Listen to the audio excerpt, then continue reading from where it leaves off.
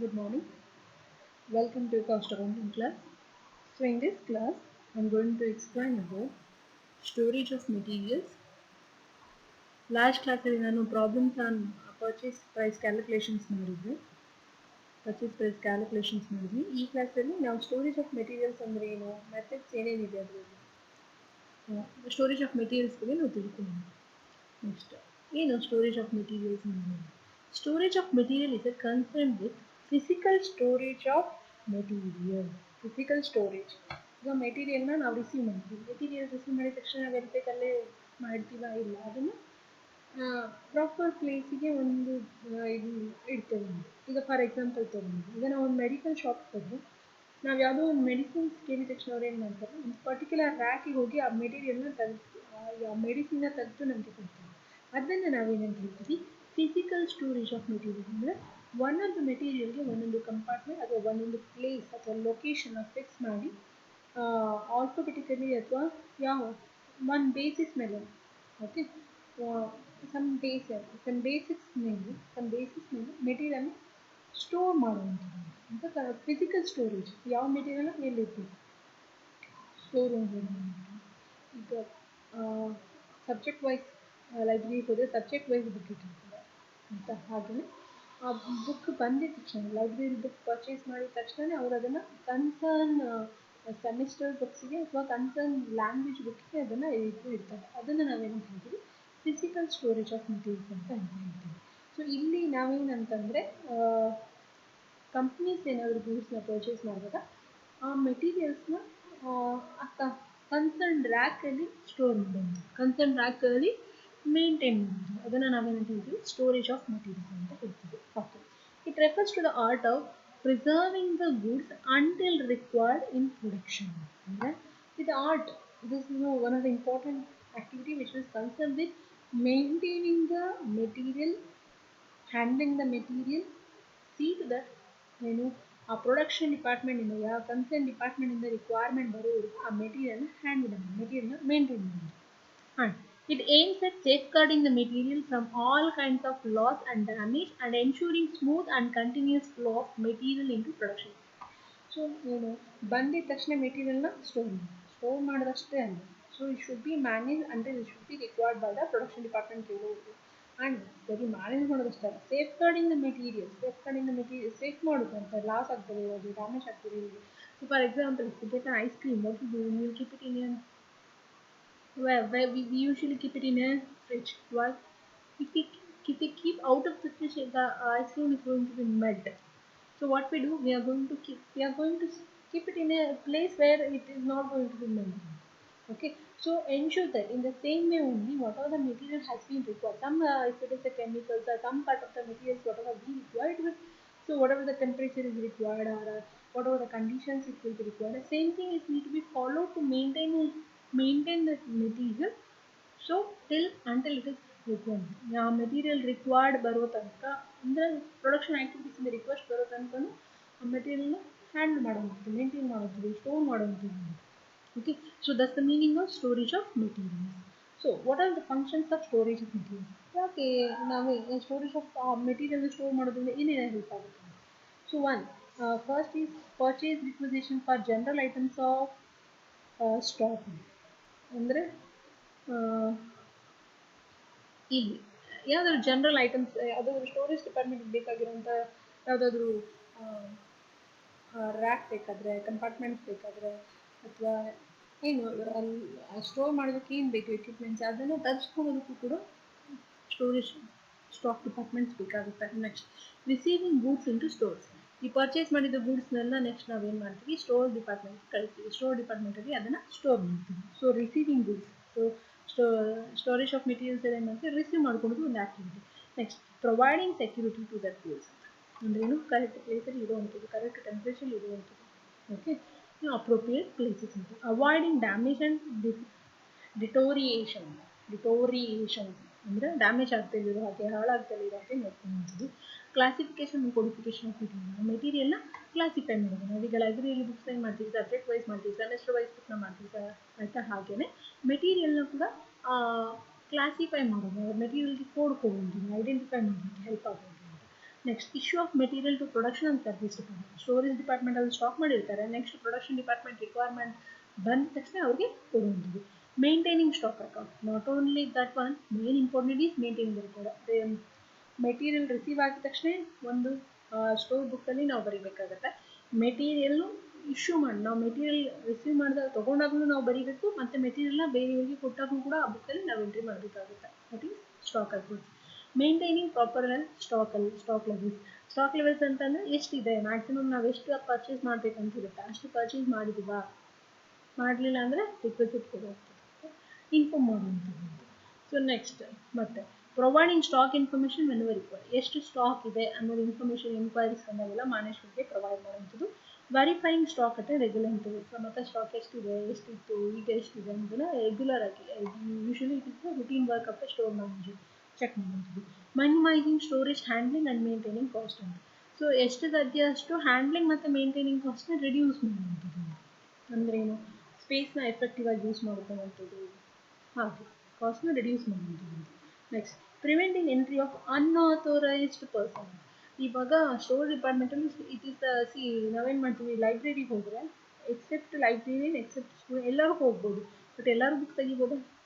No, librarian ಮಾತ್ರ book ತೆಗೆದು book ಕೊಡ್ತಾರೆ. ಹಾಗೆಯೇ in the same way only, in the companies also, in the stock room, what we do is only the authorized person will be allowed to enter into the store department. Enter ಹೋಗಬೇಕಾದ್ರೆ only the authorized person will be permitted. Unauthorized persons it will not be permitted. Like, so if any unauthorized persons are entering, you need to prevent them from entering. Okay, so these are the functions of storage of materials at a store department. So in that I said they are going to classify and codify the material. ಯಾವ ಥರ ಮಾಡ್ತಾರೆ, classification ಅಂದರೆ codification. Okay, ಏನು classification ಅಂತ ನೀವು ತಿಳ್ಕೊಂಡು. Classification is standardise and systematic grouping and arrangement of materials. ಅಂದ್ರೇನು, standardised ಅಂದರೆ ಸ್ಟ್ಯಾಂಡರ್ಡೈಸಲ್ಲಿ ಅಂದರೆ ಆ ಮೆಟೀರಿಯಲ್ನ ಸ್ಟ್ಯಾಂಡರ್ಡ್ ಫಾರ್ಮೆಟಲ್ಲಿ ಮತ್ತು ಸಿಸ್ಟಮ್ಯಾಟಿಕ್ಸಲ್ಲಿ ಅರೇಂಜ್ಮೆಂಟ್ ಆಫ್ ಮೆಟೀರಿಯಲ್ ಗ್ರೂಪ್ ಮಾಡುತ್ತೆ. ಈಗ ನಾವು ಮನೇಲಿ ಏನು ಮಾಡ್ತೀವಿ, ಪ್ರೊವಿಷನ್ಸ್ ಎಲ್ಲ, ಈಗ ಫಾರ್ ಎಕ್ಸಾಂಪಲ್ ಜೀರಿಗೆ ಏನಾದ್ರು ಇದ್ದರೆ ನಮ್ಮನೇಲಿ ಸಣ್ಣ ಬಾಕ್ಸಲ್ಲಿ ಸಾಲ್ಟ್ ಒಂದು ಬಾಕ್ಸಲ್ಲಿ ಇರ್ತೀವಿ, ಅದನ್ನೆಲ್ಲ ಸ್ಟೋರೇಜ್ ಮಾಡ್ತೀವಲ್ಲ, ಹಾಗೆ ಅಂದರೆ ಗ್ರೂಪಿಂಗ್ ಆಫ್ ಸೇಮ್ ಮೆಟೀರಿಯಲ್ಸ್, ಅಂದರೆ arrangement of material according to their nature ಅಂತ, ಸಿಮಿಲಾರಿಟೀಸ್. ಈಗ ನಾವೇನಾದರೂ ಬಟ್ಟೆ ಒಗೆ ಸೊಪ್ಪನ್ನ ತೊಗೊಂಡು ಅಡುಗೆ ಮನೆಯಲ್ಲಿ ಇರ್ತೀವ, ನಾವೇನು ಮಾಡ್ತೀವಿ, ಬಟ್ಟೆ ಒಗೆ ಸೊಪ್ಪನ್ನ ಬೇರೆ ಕಡೆ ಸ್ಟೋರ್ ಮಾಡ್ತೀವಿ, ಅಡುಗೆ ಮನೆಯಲ್ಲಿ ಕುಕ್ ಮಾಡೋದಕ್ಕೆ ಏನೇನು ಬೇಕು ಐಟಮ್ಸ್ನ ಮಾತ್ರ ನಾವು ಮಾಡ್ತೀವಿ. ಹಾಗೆ ಇಲ್ಲಿ ಬೇಸಿಸ್ ಮೇಲೆ ಸಿಸ್ಟಮ್ಯಾಟಿಕ್ ಆಗಿ ಮತ್ತು ಸ್ಟ್ಯಾಂಡರ್ಡೈಸ್ಡ್ ಆಗಿ ಮೆಟೀರಿಯಲ್ನ ಗ್ರೂಪ್ ಮಾಡೋದು. ಓಕೆ, ಇದು ಕುಕ್ಕಿಂಗ್ ಮೆಟೀರಿಯಲ್, ಇದು ಹೀಟಿಂಗ್ ಮೆಟೀರಿಯಲ್, ಅಥವಾ ಇದು ಮೆಲ್ಟಿಂಗ್ ಮೆಟೀರಿಯಲ್, ಅಥವಾ ಇನ್ಯಾವ ಥರ ಮೆಟೀರಿಯಲ್ಸ್ ಅಂತೇಳಿ ಒಂದು ಪರ್ಟಿಕ್ಯುಲರ್ ಆಗಿ ಒಂದು ಮೆಟೀರಿಯಲ್ಸ್ನ ಕ್ಲಾಸಿಫೈ ಮಾಡೋದು. ಓಕೆ, ಇಲ್ಲೆಲ್ಲಿ ಬಂದಿದೆ arrangement of material according to the nature. Particular ಮೆಟೀರಿಯಲ್ನ ಗ್ರೂಪ್ ಮಾಡೋದು, ಕ್ಲಾಸಿಫೈ ಮಾಡೋದು. ಓಕೆ, ಇದು ಮೆಟೀರಿಯಲ್ ಇದು ಒಂದು ಮೆಥಡ್ ಬರುತ್ತೆ. ಈಗ ನಾನು ನೆಕ್ಸ್ಟ್ ಕ್ಲಾಸಲ್ಲಿ ಹೇಳ್ತೇನೆ. ಮೆಟೀರಿಯಲ್ನ ಇಂಪಾರ್ಟೆಂಟ್ ಆಗ ಅದನ್ನು ಬೇಸ್ಡ್ ಆನ್ ಆ್ಯಕ್ಟಿವಿಟಿ, ಎಲ್ಲಿ ರಿಕ್ವೈರ್ಡ್ ಮೇಲೆ, ಕಡಿಮೆ ಬೇಕಾ ಜಾಸ್ತಿ ಬೇಕಾ ಅಥವಾ ಹೇಗೆ ಬೇಕು ಅನ್ನೋದು ಬೇಸಿಸ್ ಮೇಲೆ ಅದನ್ನು ಗ್ರೂಪ್ ಮಾಡಿ ಅದನ್ನು ಸ್ಟೋರ್ ಮಾಡೋದು. ಬೇಸ್ಡ್ ಆನ್ ಯಾವ್ದು ಬೇಸಿಸ್ ಮೇಲೆ ನಾವು ಕ್ಲಾಸಿಫಿಕೇಶನ್ ಮಾಡ್ಬೋದು ಅಂದರೆ ಬೇಸ್ಡ್ ಆನ್ ದ ನೇಚರ್. ಅದು ಲಿಕ್ವಿಡಾ ಅಥವಾ ಏನು ಲಿಕ್ವಿಡ್ ಫಾರ್ಮಲ್ಲಿದೆಯಾ ಅಥವಾ ಯಾವ ಥರ ಇದೆ ಅನ್ನೋದ್ರ ಬೇಸಿಸ್ ಮೇಲೆ ಕ್ಲಾಸಿಫೈ ಮಾಡುವಂಥದ್ದು. ಸಿಮಿಲಾರಿಟೀಸ್, ಪ್ರಾಪರ್ಟೀಸ್ ಮತ್ತು ಯೂಸೇಜ್ ಆ್ಯಂಡ್ ರಿಲೇಷನ್ಸ್ ಅಂತ. ಈಗ ಏನು, ಈಗ ನಾವು ಈಗ ಪೆಟ್ರೋಲ್ ಬಂಕ್ ಹೋಗಿ ಒಂದು ಕಡೆ ಗ್ಯಾಸ್, ಒಂದು ಕಡೆ ಪೆಟ್ರೋಲ್, ಒಂದು ಕಡೆ ಡೀಸೆಲ್ ಅಂತೆಲ್ಲ, based on that similarity they are going to group. In the same way only based on the ಒಂದಕ್ಕೊಂದು ಪ್ರಾಡಕ್ಟ್, ಒಂದನ್ನು ಕೆಲವು ಇನ್ನೊಂದು ಪ್ರಾಡಕ್ಟ್ ಬೇಕಾಗುತ್ತಾ ಅನ್ನೋದು ಬೇಸಿಸ್ ಮೇಲೆ ಪ್ರಾಡಕ್ಟ್ನ ಸಿಮಿಲಾರಿಟೀಸ್ ಬೇಸಿಸ್ ಮೇಲೆ ಅರೇಂಜ್ ಮಾಡುವಂಥದ್ದು. ಯೂಸೇಜ್ ರಿಲೇಷನ್ಸ್ ಮೇಲೆ ಮೆಟೀರಿಯಲ್ನ ಕ್ಲಾಸಿಫೈ ಮಾಡೋದು. ಸೊ ಇವಾಗ ನಾವು ಮೆಟೀರಿಯಲ್ನ ಏನು ಮಾಡ್ತೀವಿ, steel material, copper material, aluminium ಅಂತ ಹೇಳಿ, ಆಯಿಲ್ ಗ್ರೀಸ್, ಕಾಟನ್ ವೇಸ್ಟ್ ಅಂತ ಹೇಳ್ಬಿಟ್ಟು ಎಕ್ಸೆಟ್ರಾ ಆಗಿ ನಾವು ಕ್ಲಾಸಿಫೈ ಮಾಡ್ತೀವಿ. ಹಾಗೆ ಸಿಸ್ಟಮೆಟಿಕ್ ಆಗಿ on the basis of nature on the basis of similarity all the materials is going to be grouped into classified. ಇದನ್ನು ನಾವು ಕ್ಲಾಸಿಫಿಕೇಶನ್ ಆಫ್ ಮೆಟೀರಿಯಲ್ ಅಂತ ಹೇಳ್ತೇವೆ. Next codification of material. Codification is the process of assigning code for each material. Each ಒಂದು ಮೆಟೀರಿಯಲ್ಗೂ ಕೂಡ ನಾವು ಕೋಡ್ನ allotment ಮಾಡೋದು. ಯಾವ ಥರ ಅಂತ ಕೋಡ್ ಇಸ್ ಎ ಮಾರ್ಕ್ ಯಾವ ಥರ ಮಾಡ್ತೀವಿ ಕೋಡ್ ಅಂದರೆ ಯಾವ ಥರ ಇರುತ್ತೆ ಕೋಡಲ್ಲಿ code is a mark character I group of characters ಅಂತ ಏನು ಒಂದು ಮಾರ್ಕ್ ಮಾಡ್ತೀವಿ ಎ ಡಬ್ಲ್ಯೂ ಅಲ್ಯೂಮಿನಿಯಂ ಅಂತ ಹಾಕ್ತೀವಿ ಅಲ್ಯೂಮಿನಿಯಂ ಅಂತ ಹೇಳಿ ಹಾಕ್ತೀವಿ ಆಯಿತಾ ಎ ಬಂದರೆ ಅಲ್ಯೂಮಿನಿಯಂ ಸಿ ಬಂದರೆ ಕಾಪರ್ ಈ ಥರ ಮಾರ್ಕ್ ಮಾಡಿದ್ವಿ ಎ ಅಥವಾ ಸಿ ಕ್ಯಾರೆಕ್ಟರ್ ಅದರ ಬೇಸಿಸ್ ಮೇಲೆ ಕ್ಯಾರೆಕ್ಟರ್ ಬೇಸಿಸ್ ಮೇಲೆ ಲಿಕ್ವಿಡ್ ಆದರೆ ಒಂದು ಕಡೆ ಗ್ಯಾಸ್ ಆದರೆ ಒಂದು ಕಡೆ ಆಯಿಲ್ ಆದರೆ ಒಂದು ಕಡೆ ಆ ಥರ ಎಲ್ಲ ಇನ್ನೊಂದು group of characters which may consist of mark ಅದು ಯೂಸ್ ಮಾಡ್ಬೋದು ಕ್ಯಾರೆಕ್ಟರ್ಸ್ ಅದು ಈಗ ನಾವು ಕ್ಯಾರೆಕ್ಟರ್ಸ್ ಅಂದರೆ 1 2 3 ಎಲ್ಲ ಯೂಸ್ ಮಾಡ್ತೀವಲ್ಲ ಆ ಥರ ಮೇಲ್ ಐಡಿಯಲ್ಲೆಲ್ಲ ಯೂಸ್ ಮಾಡ್ತೀವಿ ಆ ಥರ ಕ್ಯಾರೆಕ್ಟರ್ಸ್ ಅದು ಅಥವಾ ಎಲ್ಲ ಕಾಂಬಿನೇಷನ್ ಕೂಡ ಯೂಸ್ ಮಾಡಿ which may consist of figures letters and science ಏನು ಯಾವುದಾದ್ರೂ ಒಂದು ಹೀಗೆ ಫಾರ್ ಎಕ್ಸಾಂಪಲ್ ಹೀಗೆ ಬರೆದು ಹೀಗೆ ಹಾಕ್ತೇವೆ ನಾವು ಅದೊಂದು ಸಿಗ್ನೇಚರ್ ಆರೋ ಮಾರ್ಕ್ ಹಾಕಿದಾಗ so that showing so the route is like this ಅಂತ ಹೇಳ್ಬಿಟ್ಟು ನಾವು ಹಾಕ್ತೇವೆ ಹಾಗೆ ಅದು ಫಿಗರ್ಸ್ ಆಗಿರ್ಬೋದು ಯಾವುದೋ ಒಂದು ಪಿಕ್ಚರ್ ನಾವು ಬರಿಬೋದು ಹೀಗೆ ಬರೆದು ಅಥವಾ ಏನೋ ಒಂದು ಮಾರ್ಕ್ ಮಾಡಿ ಇದು ಹೀಗೆ ಹಾಕಿರ್ತೇವೆ ಫಾರ್ ಎಕ್ಸಾಂಪಲ್ ಪಿಕ್ಚರ್ ಆಗಿರ್ಬೋದು ಅಥವಾ ಅದೊಂದು ಲೆಟರ್ ಆಗಿರ್ಬೋದು ಈಗ ಏನು ಎ ಅಲ್ಯೂಮಿನಿಯಂ ಅದಕ್ಕೆ ಎ ಅಂತ ಬರೀತೇವೆ ಆಯಿತಾ ಎ ಅಂತ ಬರೀತೇವೆ ಅಥವಾ ಎಲ್ಲ ಕಾಂಬಿನೇಷನ್ ತೊಗೊಂಡು ನಾವು ಒಂದು ಮೆಟೀರಿಯಲ್ಗೆ ಒಂದು ಕೋಡ್ ಕೊಡ್ಬೋದು ಈ ಕೋಡ್ ಬಂದಿದ ತಕ್ಷಣ ಅಂದರೆ ಆ ಮೆಟೀರಿಯಲ್ನ ಐಡೆಂಟಿಫೈ ಮಾಡೋದಕ್ಕೆ ಅಥವಾ ಮೆಟೀರಿಯಲ್ನ ಸ್ಟೋರೇಜ್ ಮಾಡೋದಕ್ಕೋಸ್ಕರ ನಾವು ಅದನ್ನು ಒಂದು ಕೋಡ್ ಕೊಡ್ಬೋದು ಅದನ್ನು ನಾವು ಕೋಡಿಫಿಕೇಶನ್ ಆಫ್ ಮೆಟೀರಿಯಲ್ ಅಂತ ಹೇಳ್ತೀವಿ ಸೊ ಇಲ್ಲಿ ನಮಗೆ ಮೆಥಡ್ಸ್ ಆಫ್ ಕೋಡಿಂಗ್ ಅಂತೀವಿ ನಮಗೆ ಯಾವ ಥರ ಯಾವ ಬೇಸಿಸ್ ಮೇಲೆ ಮಾಡ್ತೀವಿ so first is alphabetic method numerical method ಮತ್ತು ಆಲ್ಫಾ ನ್ಯೂಮೆರಿಕಲ್ ಮೆಥಡ್ಸ್ ಅಂತೀವಿ ಸೊ ಇದರಲ್ಲಿ ಫಸ್ಟ್ ಒಂದು ನೋಡೋಣ alphabetic ಮೆಥಡಲ್ಲಿ under this method each item of material is identified by letter or a combination of letter so letter ಮಾತ್ರ use ಮಾಡಿದ್ರೆ letter ಮಾತ್ರ use ಮಾಡಿ ಮೆಟೀರಿಯಲ್ನ coding ಮಾಡಿದರೆ ಅದನ್ನು ನಾವು ಏನಂತ ಹೇಳ್ತೀವಿ ಆಲ್ಫಾಬೆಟಿಕಲ್ ಮೆಥಡ್ ಅಂತ ಹೇಳ್ತೀವಿ ಏನಿದು ಈ ಕಾಪರ್ ವೈರ್ನ CW coded as CW iron ಬಾರ್ನ IP ಅಲ್ಯೂಮಿನಿಯಂ ಶೀಟ್ನ AS ಅಂತ ಹೇಳ್ಬಿಟ್ಟು ನಾವು ಕೋಡ್ ಮಾಡ್ತೀವಿ ಈಗ ಲೆಟರ್ ಮಾತ್ರ ಯೂಸ್ ಮಾಡ್ತೀವಿ ಈಗ ಕಾಪರ್ ವೈರ್ನ CW ಅಂತ ಬರಿತೀವಿ ಅಲ್ಲಿ ಕಾಪರ್ ವೈರ್ ಅಲ್ಲಿ ತಕ್ಷಣ ಗೊತ್ತಾಗುತ್ತೆ ಸೊ ಹಾಗೆ ಲೆಟರ್ಸ್ನ ಮಾತ್ರ ಯೂಸ್ ಮಾಡಿ ಮೆಟೀರಿಯಲ್ಗೆ ಒಂದು ಕೋಡ್ ಕೊಡ್ತೇವೆ ಅದನ್ನು ನಾವು ಆಲ್ಫಾಬೆಟಿಕ್ ಮೆಥಡ್ ಅಂತ ಹೇಳ್ತೀವಿ ನೆಕ್ಸ್ಟ್ ನ್ಯೂಮೆರಿಕಲ್ ಮೆಥಡ್ ಅಂತ ಏನಿದು under this method each item of material is indicated by number or a combination of number ಈ ನಂಬರ್ ಕೊಟ್ಟರೆ ಅದನ್ನು ನಾವು ಏನಂತ ಹೇಳ್ತೀವಿ ಯಾವುದಾದ್ರು ಒಂದು ಮೆಟೀರಿಯಲ್ಗೆ ಪರ್ಟಿಕ್ಯುಲರ್ ಆಗಿ ನಾವು ಒಂದು ನಂಬರ್ ಕೊಟ್ಟರೆ ಅದನ್ನು ನಾವು ನ್ಯೂಮೆರಿಕಲ್ ಮೆಥಡ್ ಅಂತ ಹೇಳ್ತೀವಿ so for example copper may be coded as 30 and steel as 40 and aluminium 10 ಅಂತ ಅಂದರೆ ಅದಕ್ಕೊಂದು ನಂಬರ್ ಕೊಡುವುದು ಆ ನಂಬರ್ ಏನು ಸ್ಪೆಸಿಫೈ ಮಾಡುತ್ತೆ ಅಂದರೆ ಈ ಮೆಟೀರಿಯಲ್ ಅಂತ ಸ್ಪೆಸಿಫೈ ಮಾಡುತ್ತೆ ಅದನ್ನು ನಾವೇನಂತ ಹೇಳ್ತೀವಿ ನ್ಯೂಮೆರಿಕಲ್ ಮೆಥಡ್ ಅಂತ ಹೇಳ್ತೀವಿ next come back to alphanumerical method this is a combination of numerical and alphabetical method this is a combination of both alphabetical ಮತ್ತು ನ್ಯೂಮೆರಿಕಲ್ ಮೆಥಡ್ನ ಎರಡೂ ಮೆಥಡ್ನ ಕಂಬೈನ್ ಮಾಡಿದ್ರೆ ನಾವು ಅದನ್ನು ಆಲ್ಫಾ ನ್ಯೂಮೆರಿಕಲ್ ಮೆಥಡ್ ಅಂತ ಹೇಳ್ತೀವಿ both the alphabets and numbers are use to denote the group and subgroups of material